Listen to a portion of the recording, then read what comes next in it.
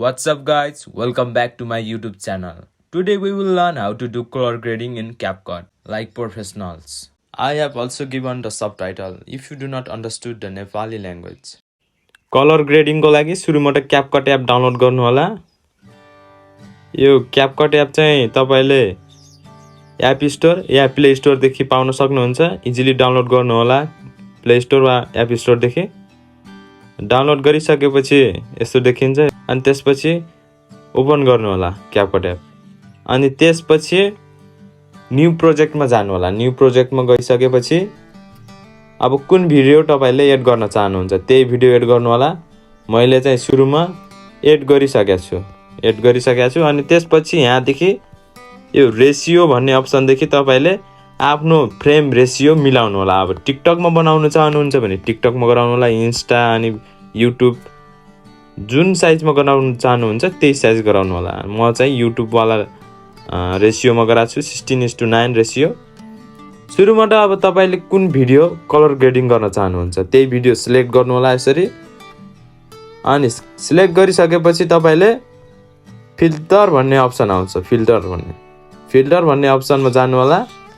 Filter भन्ने अप्सनमा गइसकेपछि तपाईले नाइट सिन्समा जानु होला। नाइट सिन्समा गइसकेपछि ग्रीनिश ग्रे भन्ने अप्सन छ हो त्यसैमा क्लिक गर्नु होला। त्यसपछि ओके दाब्नु होला। अनि त्यसपछि हामी फेरि एडजस्टमेन्ट भन्ने अप्सनमा जान्छौँ। एडजस्टमेन्ट भन्ने अप्सनमा गइसकेपछि हामी सुरुमा त ग्राफ्स भन्ने अप्सनमा जानेछौँ। यो ग्राफ्स भन्ने अप्सनमा जहिले पनि तीनटा कुरा याद राख्नु होला। यो बीचको मिडल वाला चाहिँ तपाईको ब्राइटनेस हुन्छ अनि हल्का अप्पर मिडलको के हुन्छ भनेपछि यो हाइलाइट हुन्छ अनि हल्का तलपट्टिको स्याडो हुन्छ। यो तीनटा चाहिँ याद राख्नु होला।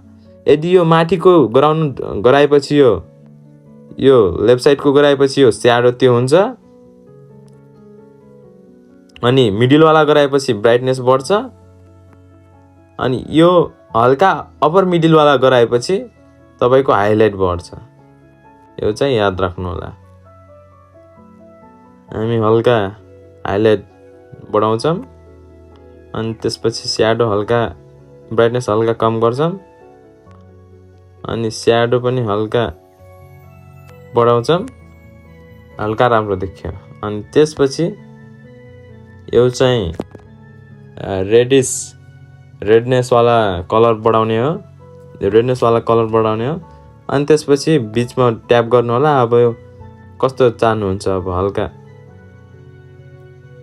एड गर्नु होला। अनि त्यसपछि यो ग्रीन ब्याकग्राउन्ड यो पनि हल्का माथि गराइदिनु होला। म भिडियोमा गरा जस्तै हल्का यो ग्राफ्स मिलाउनु होला तपाईले। अनि ब्लू तल गराएपछि यो यस्तो पेल येलो देखिन्छ अनि माथि गराएपछि फेरि पुरै ब्लू देखिन्छ। यो तपाईले कस्तो मन पर्छ त्यही अनुसार गराउनु होला। हल्का मैले तल मात्रै गराउँछु। अनि त्यसपछि यो बनाइसकेपछि HSL भन्ने अप्सन आउँछ त्यहीमा ट्याप गर्नु होला। Select the HSL option. अनि त्यसपछि ओरेन्ज कलरलाई हाई गराउनु होला फुल गराउनु होला अनि येलो कलरलाई पनि फुल गराउनु होला। हल्का 80-90 जति गराउनु होला। त्यसपछि हल्का राम्रो आउँछ। अनि त्यसपछि क्लियर आउनको लागि सार्पनेस युज गर्नु होला। सार्पनेस चाहिँ यस्तै 30-20 जति युज गर्नु होला। बढी युज गरेपछि हल्का फाट्छ तपाईको भिडियो क्वालिटी पनि अर्कै देखिन्छ। धेरै युज नगर्नु होला। अनि त्यसपछि अनि सिनेमेटिक्स लुकको लागि हल्का भिन्टेज अप्सनमा गएर 5 राख्नु होला। तपाईको फर्स्ट भिडियो रेडी भइसकेको छ। अनि त्यसपछि अर्को भिडियो यो भिडियोलाई चाहिँ हामीले लोफी टाइपको कन्भर्ट गर्नेछौँ। लोफाई वाला भिडियो कन्भर्ट गर्नेछौँ हल्का पर्पल टाइपको। सुरुमा त त्यसको लागि फिल्टर भन्ने अप्सनमा जानु होला। फिल्टर भन्ने अप्सनमा गइसकेपछि नाइट सिन्स भन्ने अप्सन आउँछ। नाइट सिन भन्ने अप्सनमा गएर ओरेन्ज ब्लू भन्ने अप्सनमा क्लिक गर्नु होला। अनि त्यसपछि क्लिक गरिसकेपछि राइटतिर एडजस्टमेन्ट भन्ने अप्सन आउँछ। एडजस्टमेन्ट भन्ने अप्सनमा गइसकेपछि तपाईले ग्राफ्स भन्ने अप्सनमा जानु होला। ग्राफ्स भन्ने अप्सनमा गइसकेपछि सुरुमा त यो बीचमा यो तीनटा यो ढर्को गराउनु होला। थाहा पाउनु भयो होला यो बिचको ब्राइटनेस हो। अनि त्यसपछि यो हल्का माथिको हाइलाइट हो अनि हल्का यतातिरको स्याडो हो। यो कुरा चाहिँ याद राख्नु होला। अनि त्यसपछि हामी यसलाई पर्पल टाइपको गराउनको लागि यो हल्का रेडनेस बढाउँछौँ। घटाएपछि ब्लू टाइपको आउँछ अनि बढाएपछि हल्का येलो येलो ओरेन्ज टाइपको आउँछ। अनि त्यसपछि यो ग्रीनवाला कलरलाई हल्का तल तानिदिनु होला। त्यसपछि पर्पल टाइपको आउँछ। अनि त्यसपछि ब्लूवालामा क्लिक गरेर फेरि माथि गराइदिएपछि ब्लू हुन्छ, हल्का तल गराइदिनु होला, येल्लो पर्पल भन्छ। अनि यस्तो देखिन्छ। तपाईँले पनि मिलाउन सक्नुहुन्छ यसै गरी। अनि त्यसपछि यो मिलाइसकेपछि सार्पनेसमा गएर यसले 35 जति राख्नु होला। अनि एसएलमा गएर पर्पललाई हल्का बढाइदिनु होला। यो पर्पल कलर हल्का बढ्छ।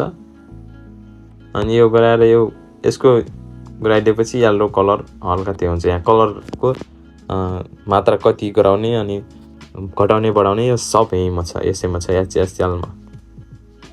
अनि त्यसपछि फेरि भिन्टेज अप्सनमा गएर बिग नेट हो कि भिन्टेज अप्सनमा गएर यो हल्का बढाइदिनु होला, 10 जति ल्याइदिनु। अनि हल्का सिनेमेटिक देखिन्छ। हाम्रो लोफाई वाला कलर ग्रेडिङ भइसकेको छ, हेर्न सक्नुहुन्छ।